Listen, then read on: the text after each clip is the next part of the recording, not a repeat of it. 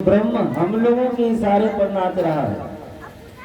ऐसा सूक्ष्म अहंकार जो ही मन में आया, परमात्मा अंतर ध्यान हो गए। क्योंकि भगवान को सब कुछ बर्दाश्त है, लेकिन अहंकार आया कि भगवान बहुत दूर चले जाते हैं। अहंकारियों से भगवान बहुत दूरी बना करके रखते हैं। अंतर्हिते भगवती सा चैव मृगांगना।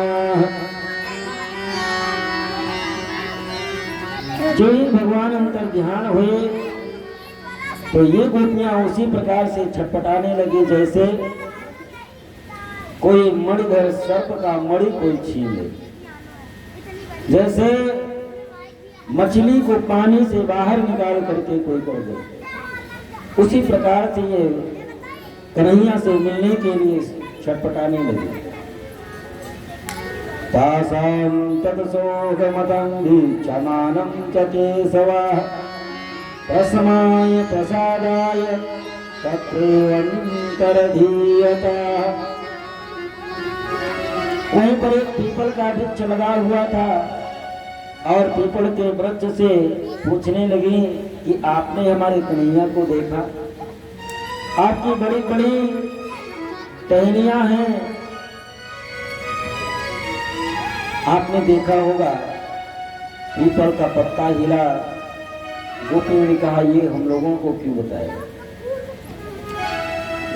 आगे बढ़ी। तुलसी का वृक्ष लगा हुआ था। तुलसी से पूछने लगी, अरे देवी आप तो जानती ही होंगी, क्योंकि आपके बिना वो अन्न ग्रहण नहीं करते, आपके बिना वो जल भी नहीं ग्रहण करते, आपसे वो इतना स्नेह करते हैं और आप हमेशा ठाकुर पर चढ़ी रहती हैं। आपको तो पता ही होगा कि कन्हैया कहाँ गए। हवा का झोंका आया, तुलसी का पौधा हिला। गोपियों ने कहा कि ये तो हमारी सोच है, ये क्यों बताएगा? क्योंकि जो विरही होते हैं को जड़ चेतन न कछु जानत विरही जन। पशुओं से, पक्षियों से, यहाँ तक पृथ्वी देवी से, सबसे पूछ रही है, तुम्हें ढूंढने जाए कहाँ कहाँ, तुम्हें ढूंढने जाए कहाँ कहाँ, अपनी विरह की याद दिलाए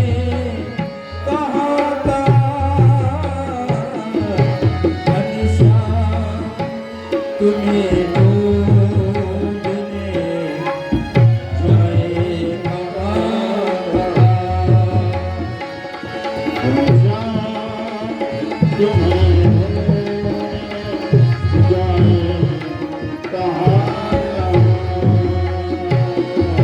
तेरी नजर जुल्फ में, मुस्कान मधुर में,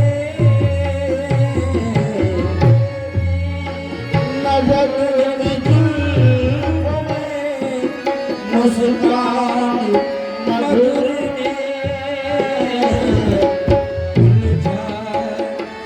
सब में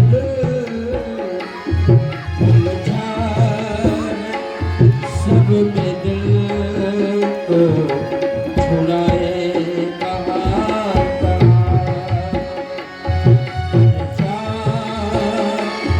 तुम्हें ढूंढने जाए कहाँ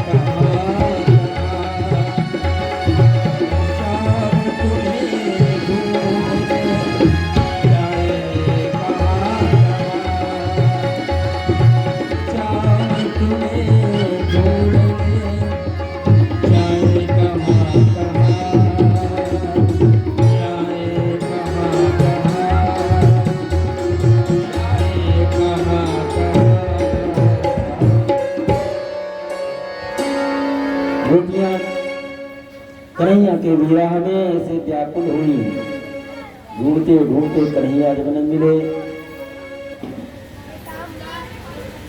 तो गोपियां कृष्ण की लीलाओं का अनुकरण करते करते एक गोपी कहती है कि आ जाओ सभी ग्वाल बाल, मैं कृष्ण हूँ, हम गोवर्धन धारण करती हैं, आओ हम सबकी रक्षा करें। कृष्ण के विरह में ऐसी व्याकुल हुई और गोपियां की अपने आप को ही कृष्ण मान बैठे, इतनी तन्मयता हुई कृष्ण के प्रति कि गोपियों को ये आभास होने लगा कि मैं ही कृष्ण। तो भक्ति की जिसको परम काष्ठा बोलते हैं, कृष्णोहम पश्यताम गति, ऐसी गति हो गई केश प्रसाधनम तत्र कामिन्या कामिना कृतम।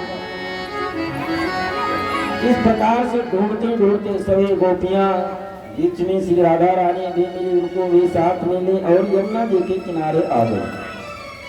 पुनः पुलिनमागत्या कालिया कृष्ण भावना, और सब रुदन करके कृष्ण के विरह में रुदन करके हुए कृष्ण को पुकारने लगे। आनाथ रमण प्रेष पासुकासि महाभुज, दास्यास्ते कृपणयामि सखे दर्शाय सन्निधम्। कन्हैया इस तरह से यदि हम लोगों को मारना ही था, इस तरह से तड़पा तड़पा करके मारना ही था, तो आपने हम लोगों को क्यों बचाया? और आप जब वृंदावन में आ गए तो जितने भी आपके भक्त थे उन सभी भक्तों के लिए आप सुलभ हो गए, क्योंकि वृंदावन की महिमा आपके आने से वैकुंठ धाम, गोलोक धाम, स्वर्ग से भी बढ़कर के उसकी महिमा बढ़ गई। जयति तेधिकं जन्मनामृजा, जयति तेधिकं जन्मनामृजा, श्रयते देवा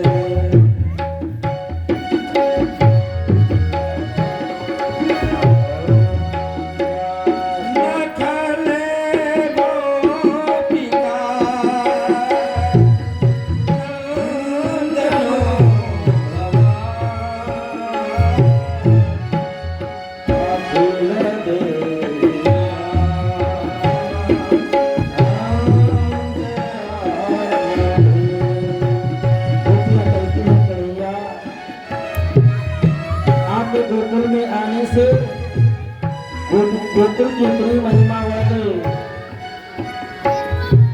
कि आप गोकुल में आए तो सब सभी भक्तों के लिए सुलभ हो गए। कोई वैकुंठ गोलोक धाम आपका दर्शन करने के लिए जाए तो लंबी कतार लगानी पड़ती, लेकिन आप वृंदावन में आए तो सबके लिए सुलभ हो गए। गौ चारण करते हुए दर्शन हो जाता, बाल बाल के संग में खेलते हुए लोगों को आपका दर्शन हो जाता। आप सभी भक्तों के लिए परम सुलभ हो गए। गोकुल में आने से स्वयं लक्ष्मी जी भी आपके साथ में गोकुल वृंदावन में आ गई, तो हर प्रकार से लोग सुखी और संपन्न हो गए। और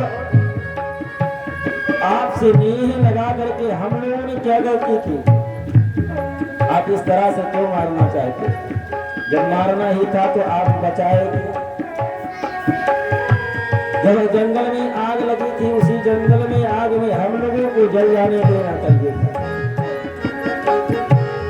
यमुना जी में 1000 फरों वाला कालिया नाग रहता था,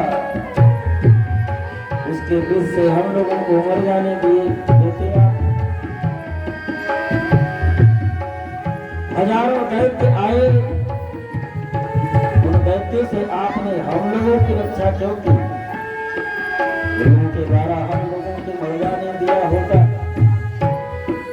कन्हैया, हमको लगता है कि आप यशोदा मैया के बेटे नहीं हैं, क्योंकि यशोदा मैया का हृदय इतना कोमल है कि लोग किसी के कष्ट को नहीं देख सकते। न खली गोपिका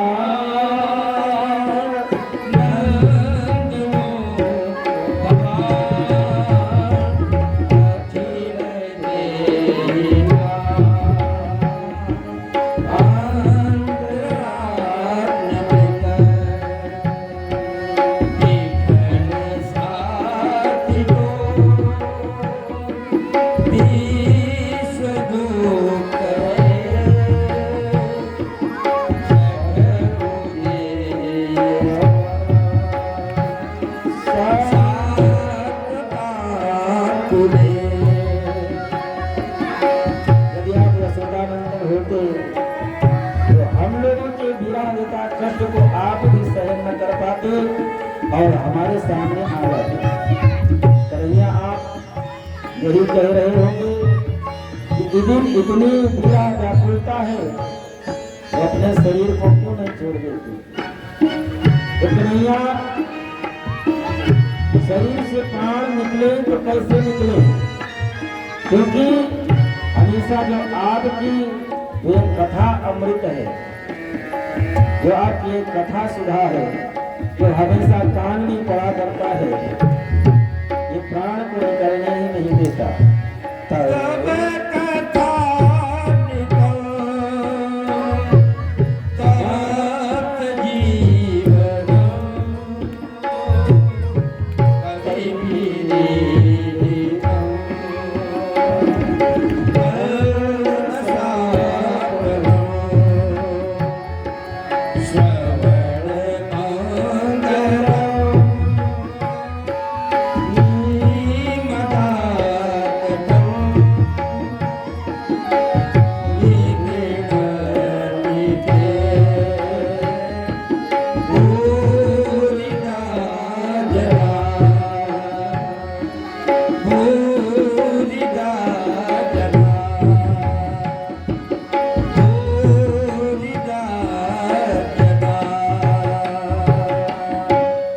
गोपियों की विरह व्याकुलता को दूर करके